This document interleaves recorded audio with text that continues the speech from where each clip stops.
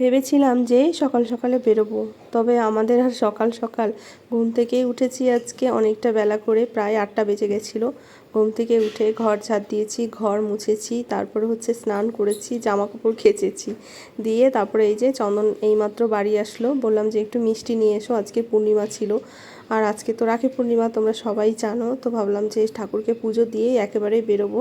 তো আমাদের বেরোনোর কথা ছিল না, মানে ভেবেছিলাম হয়তো ভাই বাড়িতে থাকবে না বা আসতে পারবে না, ভাই বাইরে ছিল। তো ফাইনালি কিন্তু ভাই সকালেই চলে এসেছে বাড়িতে। তো এই যে এখন রেডি হয়ে বেরোচ্ছি। আসলে চন্দন যেহেতু ডিউটি গেছিলো, এবার ডিউটি থেকে বাড়ি আসবে, তারপরে তো বেরোবো। তারপরে এই তো ফাইনালি আমরা আর কি রেডি হয়ে বেরোতে পেরেছি।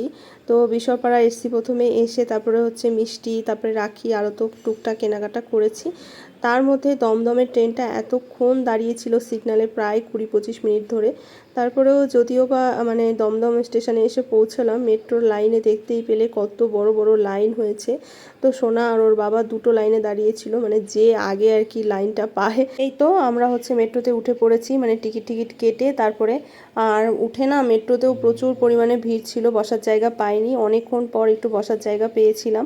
তারপরে এই যে ফাইনালি আমরা নামতে পেরেছি। এখন ঘড়িতে প্রায় 2:30-এর কাছাকাছি বেজে গেছে। ভেবেছিলাম মানে 12টায় আমরা বাড়ির থেকে বেরিয়েছি, মোটামুটি হয়তো মানে 1:30টার মধ্যে ঢুকে যাওয়ার কথা, সেখানে আমরা 2:30টায় ঢুকলাম আর কি। তো এই যে মেট্রো থেকে নেমেই তো এই যে আমাদের বনির রেস্টুরেন্ট কাম মানে ক্যাফে। তো আমরা আর কি এখানে একটু বনির সাথে কথা বলে তারপরে মানে বাড়ি চলে এসেছি। আর বাড়িতে এসেই এই যে দেখো পিতু ওনার জন্য নিয়ে এসছে একটা, কি বলে এগুলোকে, মানে গাড়ি, মানে ফোনে সকালেই বলেছে পিতু আমার জন্য গাড়ি নিয়ে আসবে, তাও আবার সেই কি মানে ট্রাক্টর না কি, যাই হোক।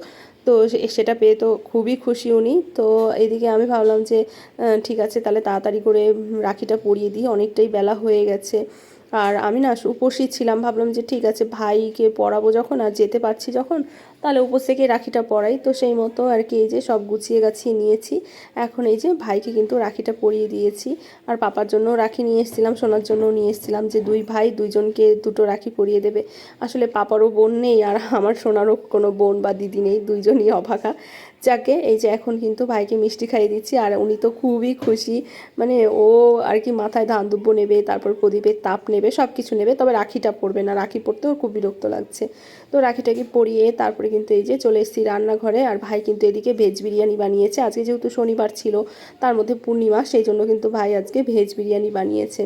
এত ভালো হয়েছে ভেজ বিরিয়ানিটা, কি বলবো, আমি এর আগে একবার খেয়েছি, আর এই নিয়ে দুবার আর কি ভেজ বিরিয়ানি খেলাম।